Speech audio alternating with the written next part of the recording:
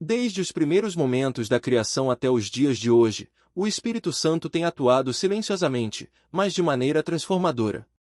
Muitas vezes, ele é reduzido a um conceito abstrato, uma força invisível que poucos compreendem.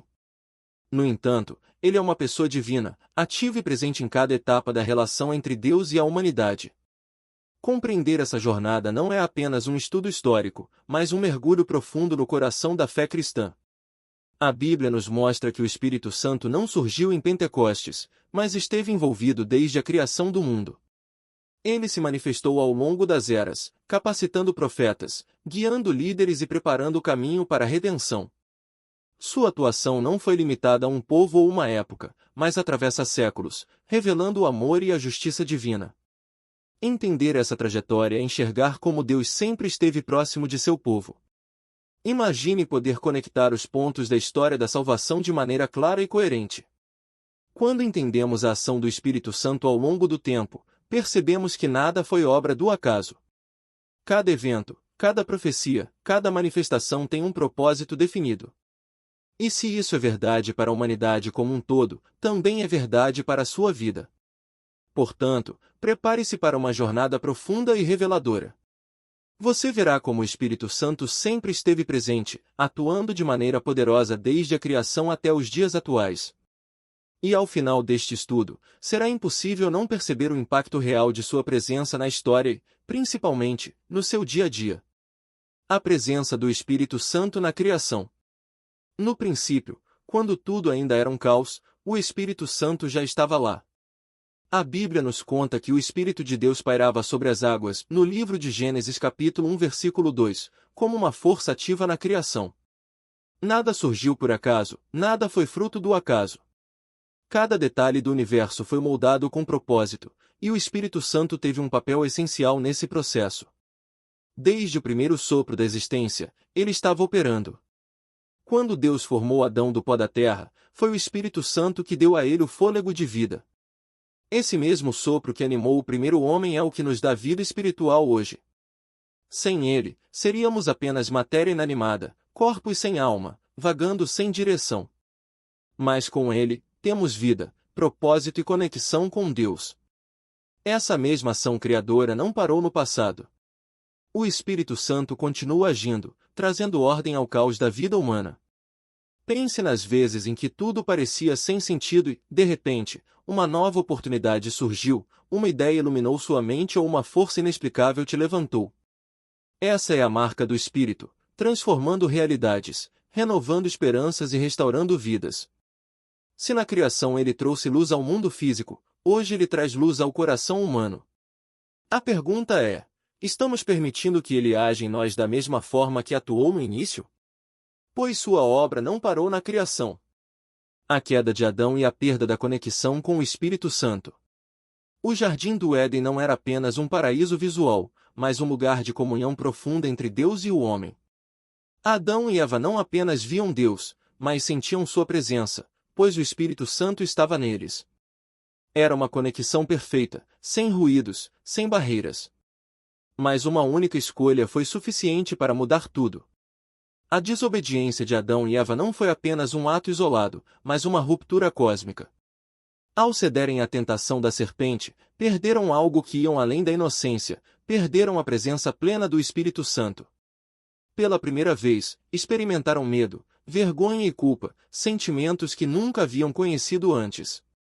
E essa separação não afetou apenas a eles, mas toda a humanidade.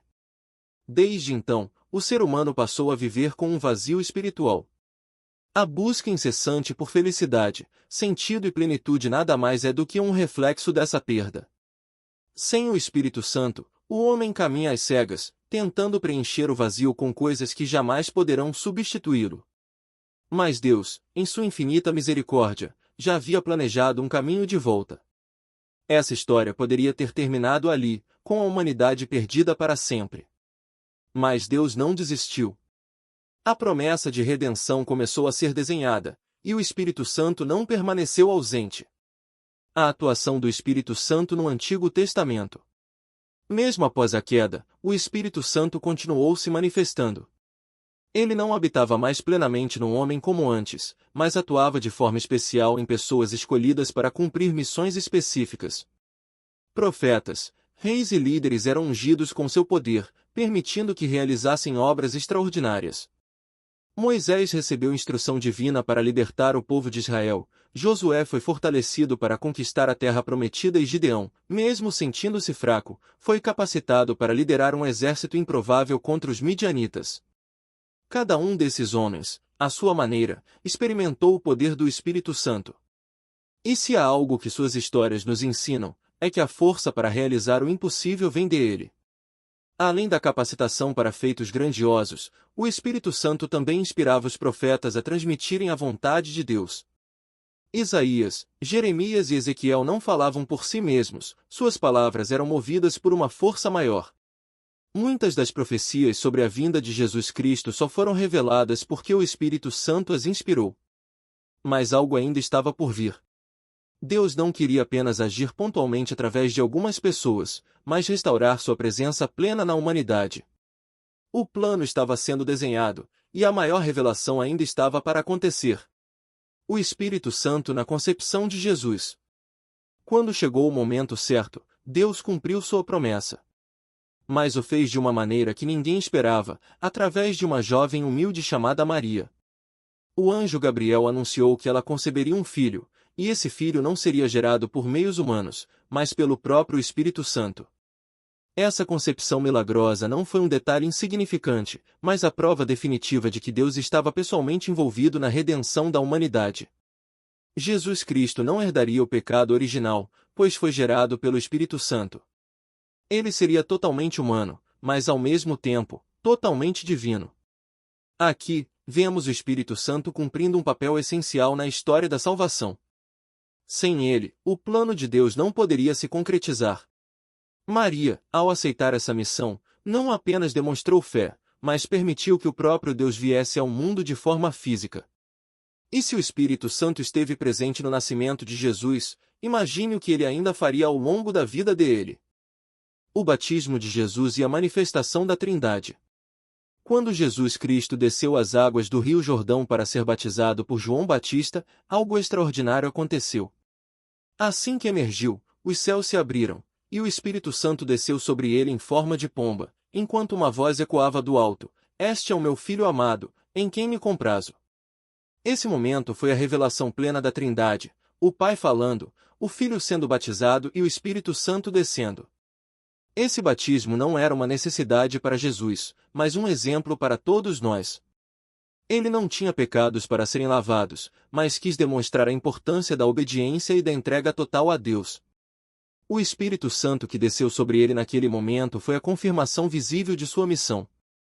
A partir dali, Jesus iniciou seu ministério terreno, pregando, curando e libertando. Muitas pessoas ainda hoje subestimam o poder do batismo e da unção do Espírito Santo. No entanto, esse ato simboliza muito mais do que um ritual. É um marco, um divisor de águas, um antes e um depois. Assim como Jesus foi capacitado pelo Espírito para sua missão, cada cristão é convidado a buscar essa mesma presença para viver conforme a vontade de Deus. E essa necessidade de transformação não era apenas para os dias de Jesus. Logo depois, ele explicaria isso a um mestre da lei chamado Nicodemos. A conversa com Nicodemos e a necessidade do novo nascimento. Nicodemos era um fariseu, um homem estudioso das Escrituras, mas mesmo com todo o seu conhecimento, havia algo que ele ainda não compreendia. Em uma noite, foi até Jesus em segredo e perguntou sobre a salvação. A resposta que recebeu mudou tudo: é necessário nascer de novo da água e do Espírito. Essa afirmação de Jesus deixou Nicodemos confuso. Como alguém poderia nascer novamente? Mas Jesus falava de um nascimento espiritual, uma transformação interior operada pelo Espírito Santo. Não se tratava de uma mudança superficial, mas de uma renovação completa do ser humano. O Espírito Santo não vem apenas para melhorar o que já existe, mas para fazer algo novo. Muitos ainda hoje tentam viver a fé sem essa transformação. Acham que basta seguir regras ou acumular conhecimento, mas sem o Espírito Santo, tudo isso é vazio. O verdadeiro cristianismo não é apenas sobre comportamentos corretos, mas sobre uma vida moldada pelo próprio Deus. E para garantir que essa transformação fosse possível, Jesus fez uma promessa. Ele sabia que sua partida se aproximava, mas também sabia que não deixaria seus seguidores sozinhos. A promessa do Consolador. Durante a última ceia, um clima de incerteza pairava sobre os discípulos. Eles haviam seguido Jesus por 3 anos, mas agora ele falava sobre sua partida. Como ficariam sem o Mestre? Foi então que Jesus lhes deu uma promessa: eu rogarei ao Pai, e ele vos dará outro Consolador, para que fique convosco para sempre. Essa promessa era mais do que um alívio emocional. O Espírito Santo viria para ocupar o lugar de Jesus na terra, guiando, ensinando e fortalecendo os discípulos. Ele seria o auxílio em tempos de dificuldade, a voz que lembraria tudo o que Cristo havia ensinado. Era um presente divino, uma garantia de que Deus permaneceria com seu povo. O Espírito Santo não seria apenas um acompanhante, mas uma presença ativa. Ele capacitaria os discípulos, daria coragem aos que temiam e encheria de sabedoria aqueles que não sabiam o que dizer. Jesus sabia que a missão de levar o Evangelho ao mundo seria impossível sem essa capacitação divina. Mas essa promessa não se cumpriu imediatamente. Era preciso esperar o tempo certo, um momento que mudaria a história da Igreja para sempre. Pentecostes, a vinda do Espírito Santo sobre a Igreja. Após a ressurreição de Jesus Cristo, os discípulos permaneceram em Jerusalém, conforme ele havia ordenado. Eles não sabiam exatamente o que aconteceria, mas obedeceram. E foi então, no dia de Pentecostes, que algo extraordinário aconteceu. De repente, um som como um vento impetuoso encheu a casa, e línguas de fogo pousaram sobre cada um deles. Aquele foi o momento decisivo para a Igreja.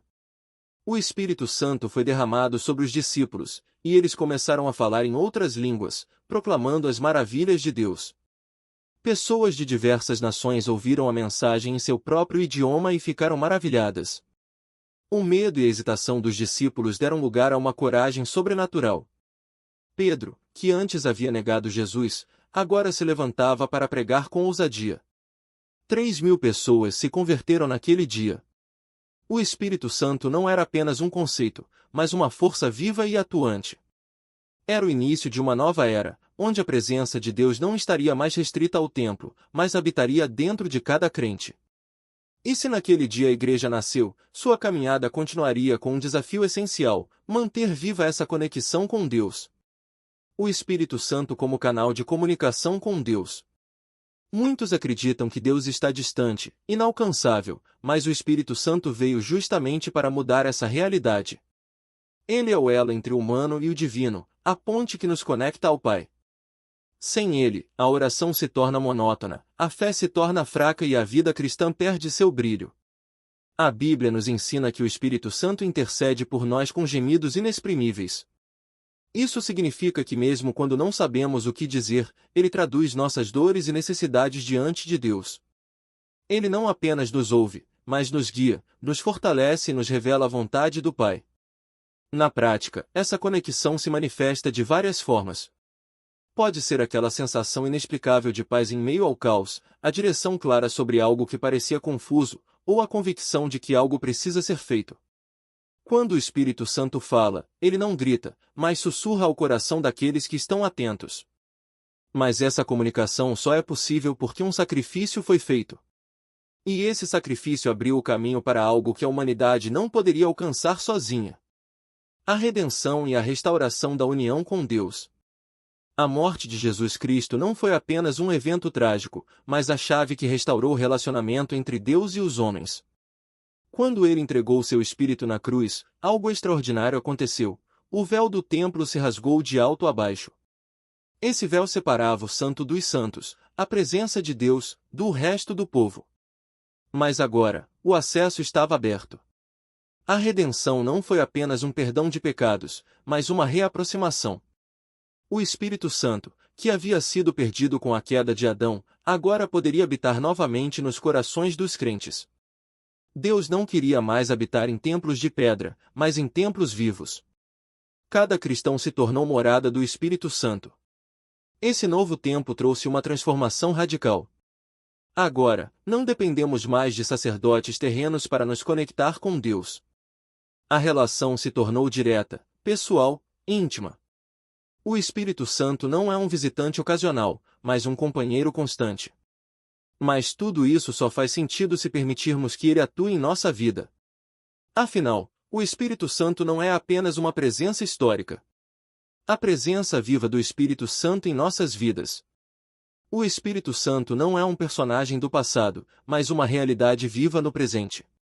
Ele continua guiando, ensinando e transformando.